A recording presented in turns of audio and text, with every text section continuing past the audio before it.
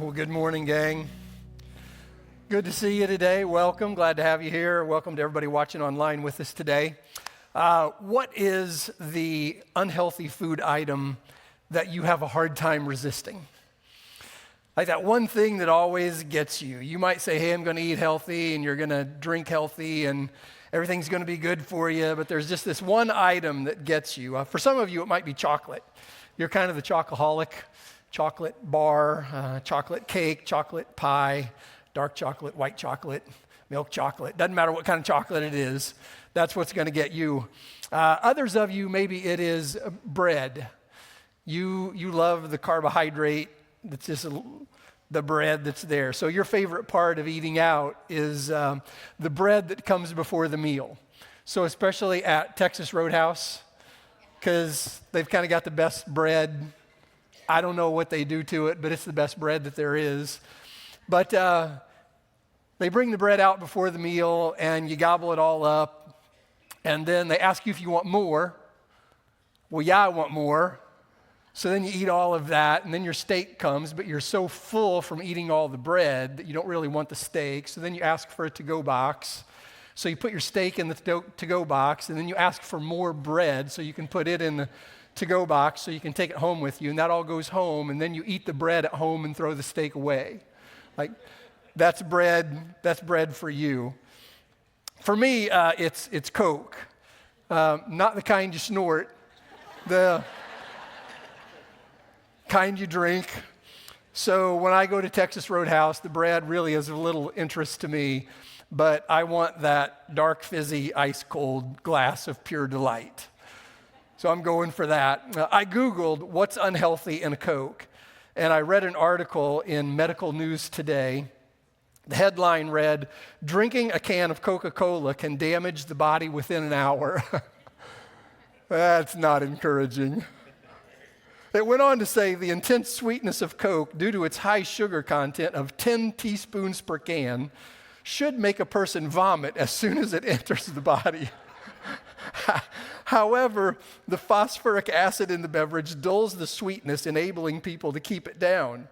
Within 20 minutes, blood sugar levels increase dramatically, causing a burst of insulin. The liver then turns the sugar into fat. Within 40 minutes, the body has absorbed all the caffeine. The caffeine causes the pupils to dilate, the blood pressure to increase. By 45 minutes, the production of dopamine has increased. Dopamine, it said, is a neurotransmitter that helps control the pleasure and reward center of the brain. The way that Coca-Cola stimulates these centers is comparable to the effects of heroin. No wonder I want it again. Sugary drinks that concludes like Coke have also been linked to stroke, dementia, poor sleep, poor memory, and ADHD. I know this, and yet, when the server at Texas Roadhouse comes and says, "What would you like to drink?" I'm thinking water, water, water, water, water. But I say, "Coke, I'll have a Coke." That's what I want. We're in a series of messages called Overcoming Life's Temptations, and we're in a study of the life of Joseph. And today I'm going to talk about temptation. Not the food that affects our body, but the sin that affects our soul. Because so often we know that we should resist, and yet we don't. We tell ourselves over and over again, I'm not going to do that anymore, and yet we do. It presents itself to us, and we say, I know I shouldn't, but yet I am. That is what I want. So over the past 2 Sundays, we've seen that Joseph was the 11th of 12 sons. By the way, we're going to be in Genesis 39 today. So if you have your Bible and want to open to this passage with me, Genesis 39. Joseph was the 11th of 12 sons. His 10 older brothers hated him. The hatred from his brothers came from 2 sources. The first one is that their father, Joseph, favored him. So he was the favorite son, treated him in a better way, giving him the coat of many colors, this lavish gift that the father didn't give any of the other sons. But then also a second source was this dream that Joseph had, that all of his brothers and even his mom and dad were going to bow down to him. So one day, these brothers that hate him so much are out in the field tending the sheep, 65 miles from home. and their father sends Joseph out to check on them. Now, here's another source of the favoritism, that the older brothers are out having to work the sheep, and Joseph, the younger brother, is their supervisor.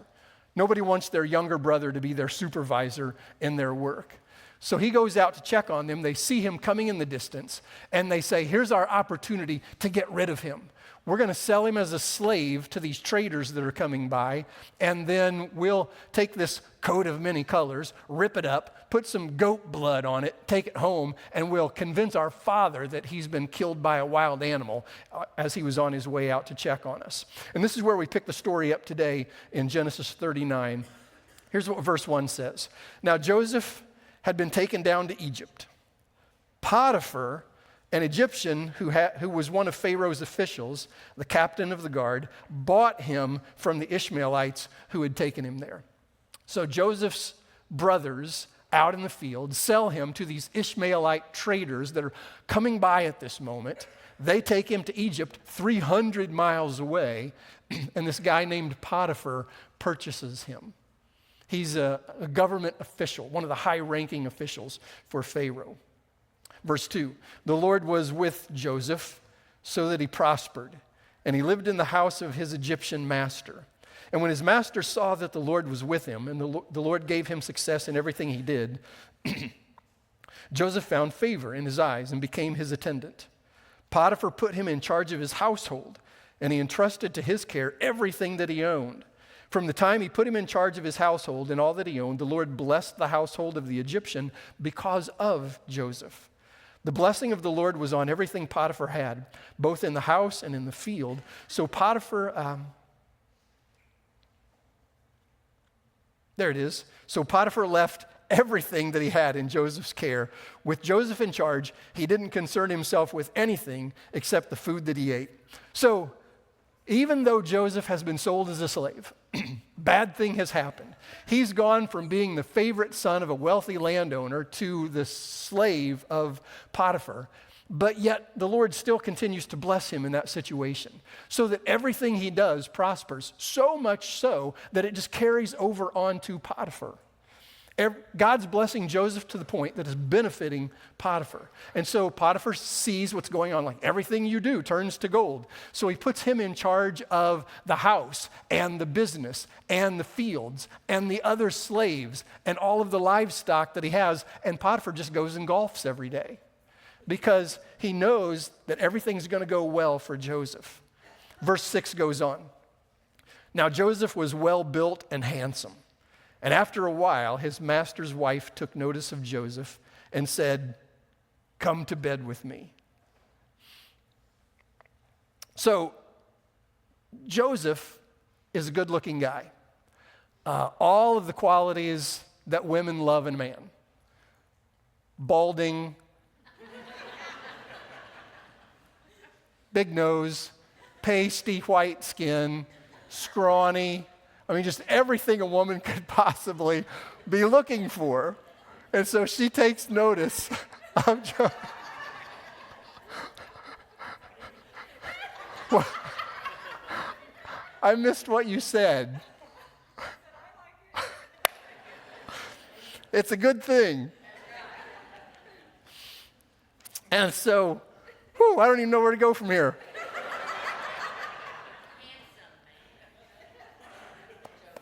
There it is. Joseph is the handsome man.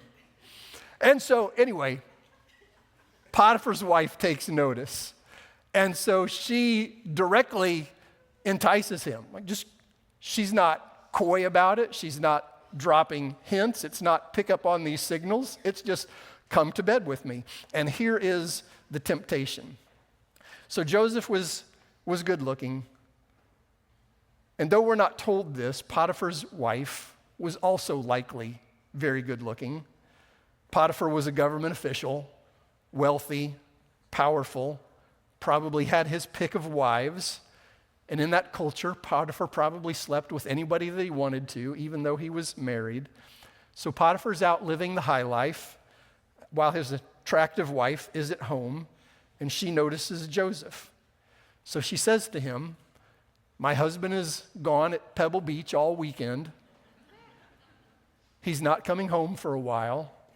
Join me in the bedroom. Now, that would be tempting.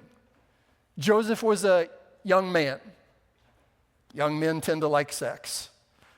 He's in a foreign country. What's it going to hurt? Nobody's going to know. He's in a terrible situation.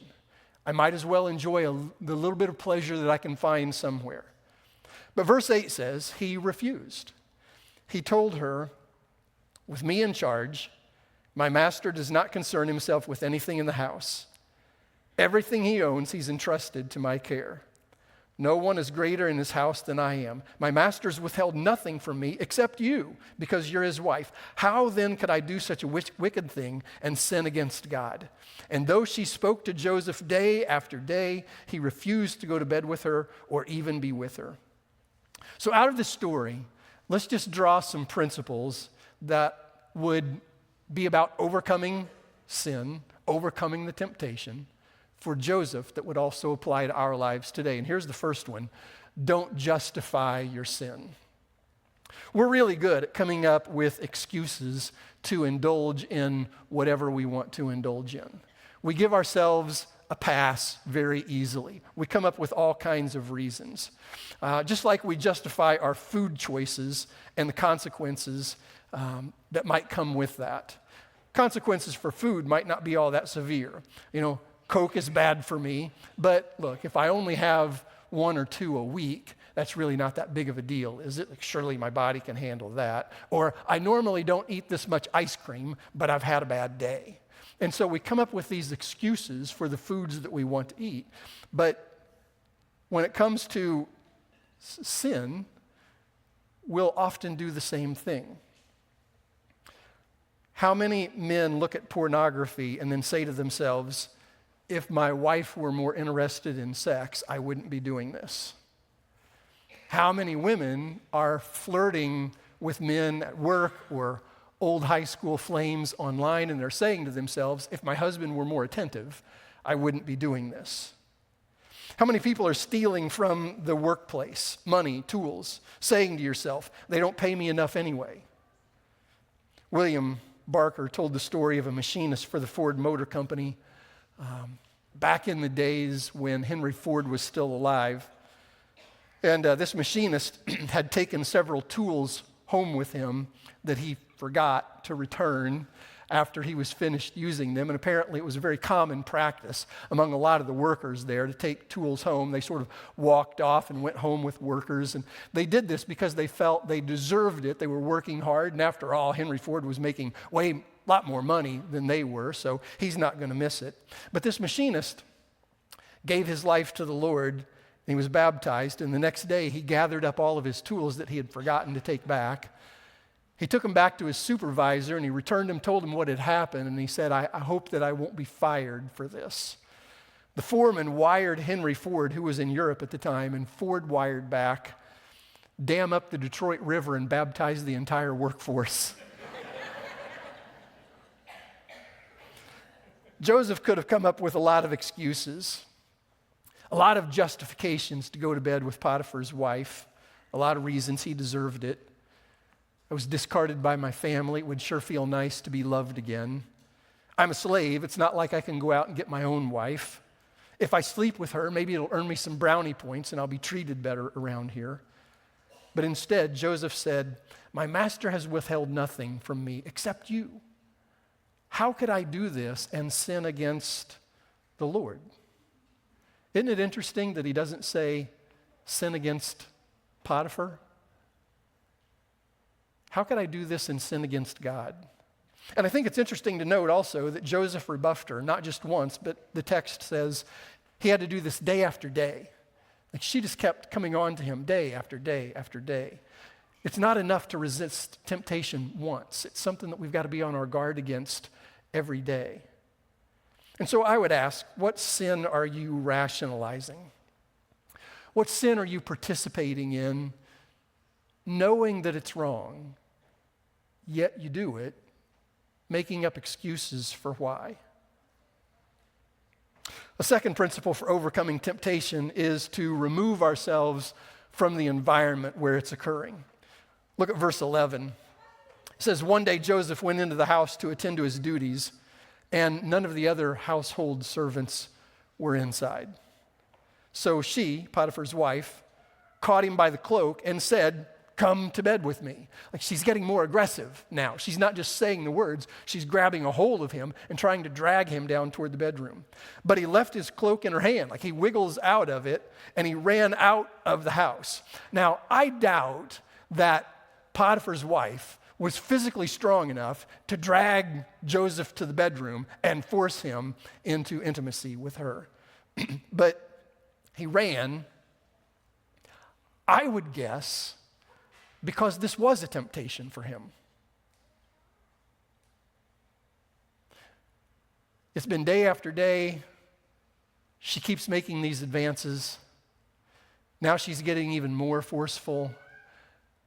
And you know, there's just something about somebody else who wants you that makes you feel good. Aside from the physical part of it, just someone wanting you makes you feel good. And it's like, come to bed with me. Okay. So he gets out of there. He removes himself from that environment. He knew that staying in the house alone with her could lead to a weak moment. And that's what we need to recognize as well. And we need to get away from the environment that entices us. Let's say you're growing in your faith. You're following Jesus. You've made a lot of changes. But every time you go to this one friend's house, you always wind up doing what you know you shouldn't do. Well, don't go there. Stop going into that environment. Don't go back to that house. Don't put yourself in that situation. In 1 Corinthians 6, Paul wrote, "Flee from sexual immorality. Run away from it fast as you can. Don't stay in the vicinity." That's what Joseph did. And we can apply this principle to whatever sin it is we're struggling with. Just get away from the environment where that is. But too often, instead of running, we try to see how close we can get without getting burned. The sin is enjoyable. And so we think, well, I kind of like this. I know I don't want to cross the line, but I'll just see how close I can get without crossing it. I'm out on a date. How far can I go? I have a coworker. Can I flirt? Can I text? How close can I get without stepping over the line? But that draws us in a little bit at a time. We get closer, and then we get a little bit closer, and then we get a little bit closer still. Jim Collins wrote an article about business ethics, talked about how business leaders get sucked into scandals a little at a time. He said, if you said to these business executives 10 years ahead of time, "Hey, let's cook the books and all get rich," they'd never go along with it. But that's rarely how most people get drawn into activities they later regret. When you're at step A, it feels inconceivable to jump all the way to step Z if step Z involves something that's a total breach of your values. But if you go from step A to step B to step C to step D, someday you wake up and discover you're at step Y, and the move to step Z comes much easier. And that's what happens with sin. We don't just jump all the way in, but we think, I can watch this movie, I can mess around on this date, I can flirt at the office, but if we keep just getting a little bit closer at a time, one of these days we wake up and we're at step Y, and step Z just doesn't seem that far away. And just a few years ago, we would have never imagined ourselves doing that. So Paul said, flee, run away. Don't try to see how close you can get. See how far away you can get from it. And that's what Joseph did. There's one more principle about overcoming temptation, and that is, don't expect immediate reward. Verse 16 says, she kept his cloak beside her until his master came home. Look at how devious she becomes about this. She told Potiphar this story. That Hebrew slave that you brought us came to me to make sport of me. But as soon as I screamed for help, he left his cloak beside me and ran out of the house. When his master heard the story that his wife told him, saying, "This is how your slave treated me," he burned with anger. And Joseph's master took him and put him in prison. That's not much of a reward for being faithful to God, is it? Here he is, even though he's a slave, and even though Potiphar's wife is coming on to him, he still continues to do what is right, continues to be faithful to God, continues to not sin, and yet that's the reward that he receives. I think a lot of times we think that if we do a few things right, that God is then supposed to bless us. Hey, I resisted this temptation. You should now reward me with this wonderful thing that I want in my life. Often not the way it works. And that's not the way it worked for Joseph. He did what was right, and then yet, because of doing what's right, Potiphar's wife thinks, I'll get even with him. She tells her husband, he tried to come on to me. Look, I've got his coat as proof.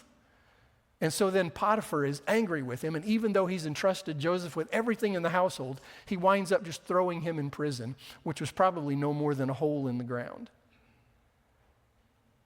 So Joseph has kind of gone from bad to worse. His brothers sold him as a slave. Why would God allow this? Even though God did allow it, he was faithful. Now he's falsely accused of rape, and so he's thrown in prison. Why would God allow this? And I just wonder if there's ever been a time in your life where you've felt this way. Why would God allow this?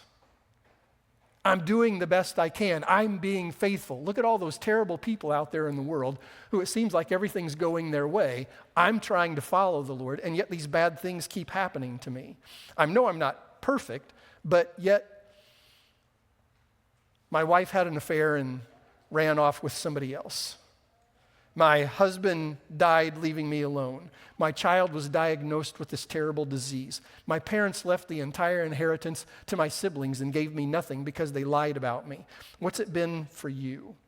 Have you felt this?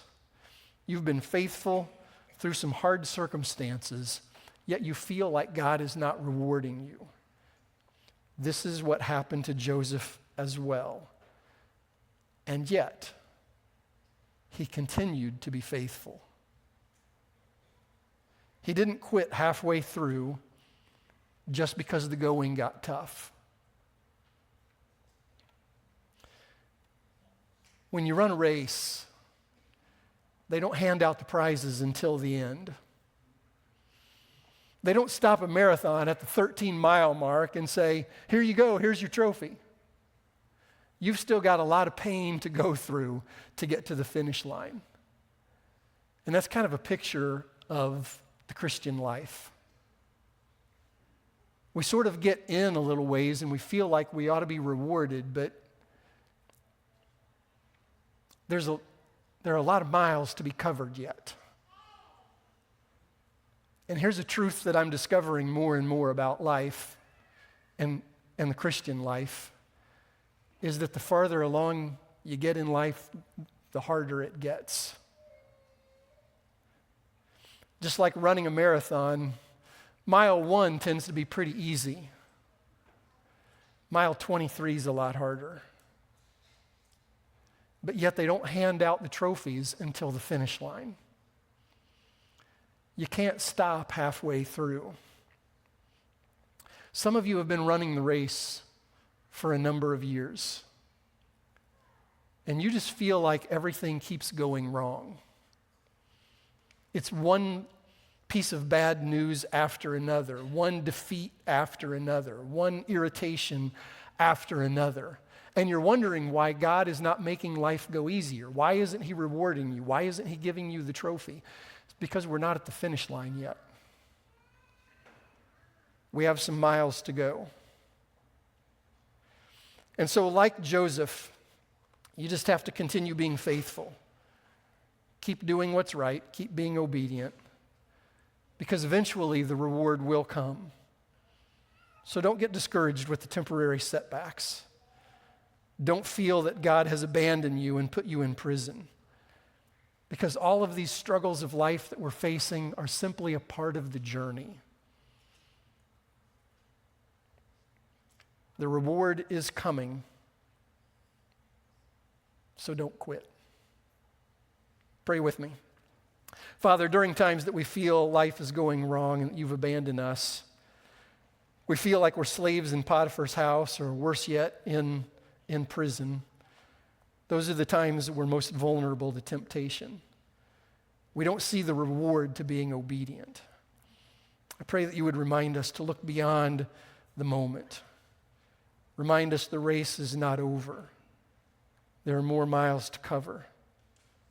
So strengthen us to keep running and being faithful and look forward to the reward that will come.